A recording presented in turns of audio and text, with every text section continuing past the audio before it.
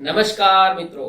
आज हम बात करेंगे वास्तु के बारे में। वास्तुशास्त्र क्या है? कुछ लोग कहते हैं कि वास्तु है, कुछ लोग कहते हैं ये अभी पैदा हो गया, अभी लोग बहुत सारी बात करने लग गए, किसी ग्रंथ में दिया हुआ है क्या।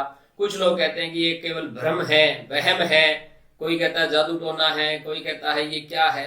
तो आज के वीडियो में इस पर पूरी चर्चा करने वाले हैं। वास्तु क्या है, कौन से ग्रंथ में दिया हुआ है, कितना पुराना है, राजा महाराजा के समय में कौन से राजा ने क्या लिखा है, आज के समय में क्या प्रभाव है और आधुनिक वास्तु के क्या प्रभाव है, और एक शानदार सा वास्तु सम्मत उपाय भी मैं आपको देने वाला हूं। यदि आप कोई भी उपाय नहीं कर पाए, बहुत सारे दोष है, कुछ भी समझ में नहीं आया, तो क्या कर लें जिससे आपको वास्तु का कुछ ना कुछ सहयोग मिलना शुरू हो जाए। तो शुरू करते हैं। पहला शब्द आता है वास्तु क्या है। तो वास्तु शब्द की उत्पत्ति हुई है संस्कृत के वस धातु से, जिसका अर्थ होता है वास करना। तो वास करने लायक जो जगह है उसके बारे में जो ग्रंथ बताए उसका नाम है वास्तुशास्त्र। मेरे गुरुदेव परम श्रद्धेय डॉक्टर कुलदीप बंसल कहते हैं कि जीवन के ऊपर निर्मित वातावरण के प्रभाव का जो वैदिक अध्ययन है वही वास्तुशास्त्र है। अब यदि बात करूं कौन से ग्रंथ में दिया हुआ है, तो आप सिंधु घाटी सभ्यता, हड़प्पा, मोहनजोदड़ो, इसमें देखो पूरा प्रत्यक्ष रूप से आपको भारतीय वैदिक वास्तु का दर्शन नजर आएगा। पुराने समय में ऋग्वेद से शुरू होकर के स्थापत्य वेद के अंदर इसकी चर्चा की गई है। इसके अलावा विश्वकर्मा प्रकाश, सम्रांगण सूत्रधार, मत्स्य पुराण, अग्नि पुराण, मानसार, विष्णु धर्मोत्तर, ऐसे बहुत सारे पुराण हैं जिसके अंदर वास्तु शास्त्र के बारे में चर्चा की गई है। अब ये सब पुराने उदाहरण हो गए कि विश्वकर्मा जी तो बहुत पहले थे, देवताओं की नगरी की रचना की। अभी रिसेंटली यदि यहाँ का देखूं राजाओं महाराजाओं के काल से, तो आप अगर ढूंढना चाहे तो देखें राजा भोज को। राजा भोज के समय में वास्तु की इतनी जबरदस्त मान्यता थी कि कुछ चुने लोगों को, जो विद्वान थे, उनको ही वास्तु सम्मत प्रैक्टिस करने की इजाजत थी। बिना अध्ययन के, बिना अभ्यास के यदि उस समय कोई वास्तु की प्रैक्टिस करता था तो उसको सजाए मौत थी, यानी कि मृत्यु दंड का विधान उस समय था। चालुक्य वंश के जो महाराजा सोमेश्वर देव तृतीय, जिनका यदि मैं कालखंड बताऊं तो लगभग 1126 ईस्वी से 36 तक, उन्होंने ये एक ग्रंथ लिखा था 12वीं सदी के अंदर। अभी इसका नाम था अभिलाषितार्थ, ऐसा चिंतामणि, ये उसका नाम था। इसके अलावा अपराजित पृच्छा, ऐसे कुछ ग्रंथ हैं आपको जो राजा महाराजाओं के समय से भी मिल जाएंगे। उनको यदि आप ढूंढेंगे तो ये प्राचीन काल से चला रहा है, ऐसा नहीं है कि अभी ये पैदा हो गया। अब बात आती है कि आज के समय में इसका असर क्या है, आप कैसे देखें, ये वहम है या फिर ये वास्तव में असर करता है। तो मेरा पर्सनली ये मानना है कि जो अनुभव में आए वही सच है। आप इस्तेमाल करके देखो कि ये वहम है या सच है। भाई आप जब आपके मान लो कोई रोग है, कोई बीमारी, आप चेक कराने जाते हो, डॉक्टर बहुत सारी जांच करता है और उसके बाद में आपको बताता है कि मुझे ये रोग लगता है, तो उस डॉक्टर की प्रैक्टिस को हम ये मानते हैं कि भी ठीक है, ये बंदा सही बता रहा है। लेकिन मेरा ये मानना है कि आप यदि भारतीय प्राचीन चिकित्सा जगत की बात करो, जिसको हम आयुर्वेद कहते हैं, तो आयुर्वेद में हमारे वैद्य जी क्या करते थे, नाड़ी देखते थे और नाड़ी देख के आपको बता देते थे कि भाई रोग क्या है। और आज इतनी बड़ी मशीनें, इतना बड़ा इक्विपमेंट, इतनी बड़ी स्टडी, इतना बड़ा इंफ्रास्ट्रक्चर खड़ा करने के बाद में भी रोग की संभावना होती है कि जी ये पर्ची ले जाओ, 7 दिन की दवाई है, ठीक हो गए तो ठीक है, वरना फिर दोबारा दिखा देना। अब उससे पहले भी यदि आप जाओ तो एक ज्योतिषी या फिर एक वास्तुशास्त्री आपके घर को देखकर बताता है कि आपके घर में फाइनेंशियल दिक्कत चल रही है, या फिर आपकी पत्री देख के बताए कि आपके ये रोग हो सकता है अथवा है, यहाँ पे पीड़ा है। तो आप ये सोच के देखिए कि भारतीय परंपराएं, हमारे ग्रंथ कितने ज्यादा साइंटिफिक थे। साइंटिफिक नहीं हो तो नाड़ी देखने पे एक डॉक्टर जो आपको पूरा इक्विपमेंट लगा के एक बीमारी के नजदीक तक लेके जाता है, वैद्य उससे उतना ऊपर हुआ जिसने केवल नाड़ी देख करके आपको ये बता दिया कि आपकी बीमारी क्या है। तो फिर वो जो एस्ट्रोलॉजर है, जो एक वास्तुशास्त्री, जिसने केवल भवन देख के आपको बता दिया कि भाई आपकी ये दिक्कत है, तो उसका कितना बड़ा विज्ञान हुआ। यह एक सोचने वाली बात है। लेकिन अभी माहौल दूसरा है। बहुत सारी पश्चिमी विद्याएं देश में आ गई हैं जिसका बोलबाला होता है, बड़े बड़े नाम जहां पे होता है।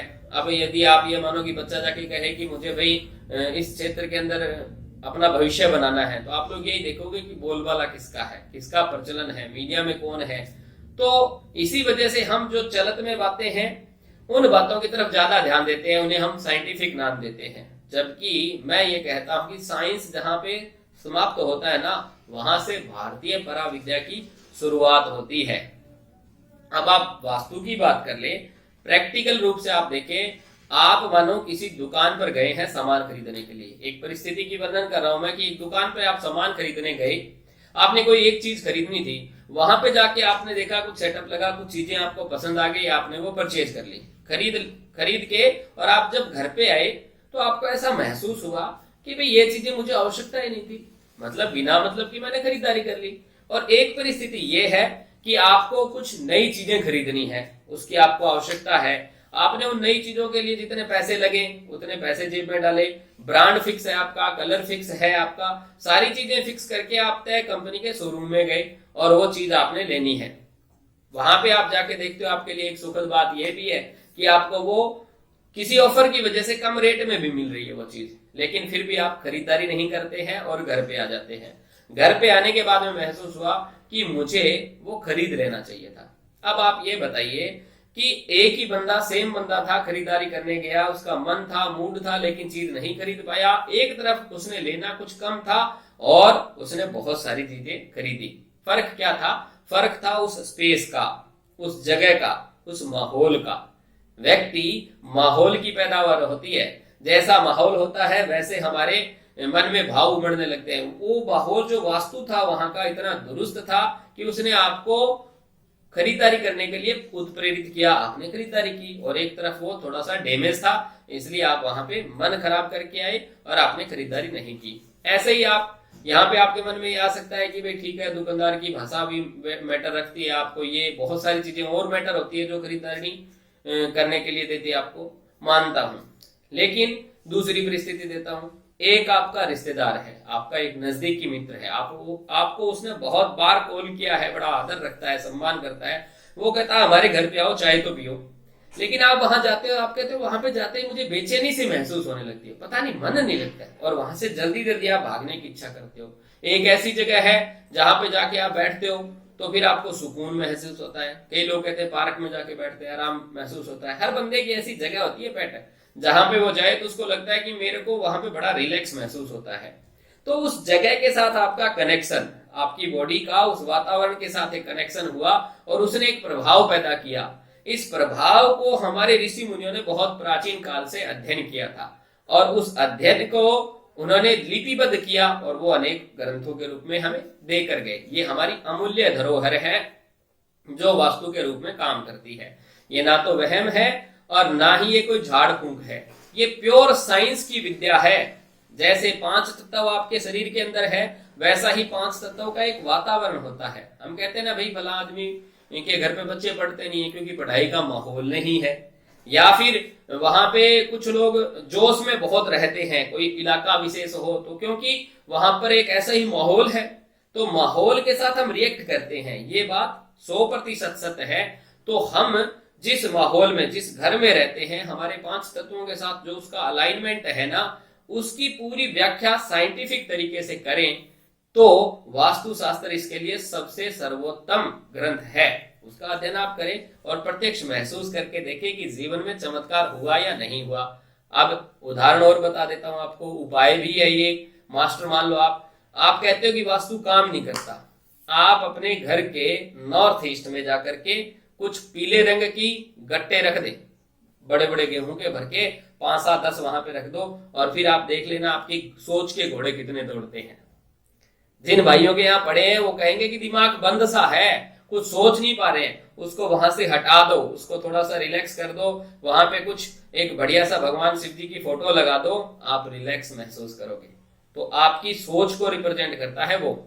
और सीधा सीधा उपाय आपको कुछ भी नहीं समझ में, अभी कुछ भी करने योग्य नहीं हो, आप वास्तु दोष है उसकी वजह से आप परेशान हो रखे हो, आपको लगता है बाकी सब उपाय हमने कर लिए लेकिन फिर भी हमारे पता नहीं क्या समस्या है। तो वो पता नहीं क्या समस्या है, यदि आपको लगता है कि वो वास्तु हो सकता है तो मेरी राय तो यही है कि एक बढ़िया वास्तुशास्त्री विशेषज्ञ बुला करके आप अपने घर का पूरा निरीक्षण करवाइए और बिना तोड़ फोड़ के उपाय भी कीजिए। क्योंकि इन्हीं प्राचीन विद्याओं पे जो आधुनिक रिसर्च है उसे कहते हैं महावास्तु। डॉक्टर कुलदीप बंसल ने ऐसी हमें पद्धतियां दी है कि कहीं पे पट्टी लगा करके, कहीं कुछ कलर बदल करके, एक दो जगह चीजें बदल करके भी आप अपने घर में वास्तु का सुपर अच्छा प्रभाव ले सकते हैं। यदि ये भी करवाने में आप सक्षम नहीं है तो अपने इलाके के एक बढ़िया विद्वान पंडित जी को बुलवाइए और अपने घर में, घर के ब्रह्मस्थान में आप वास्तु शांति हवन करवाइए। वास्तु शांति एक विधि होती है, वो हवन करवाइए। इससे भी आपको बहुत ज्यादा मात्रा में रिलीफ मिलेगा और आप सुखद अनुभव करेंगे। जैसा भी आपको लगे आप अपने अनुभव मेरे इस वीडियो के नीचे जो कमेंट बॉक्स है उसमें जरूर शेयर कीजिएगा। जय विश्वकर्मा।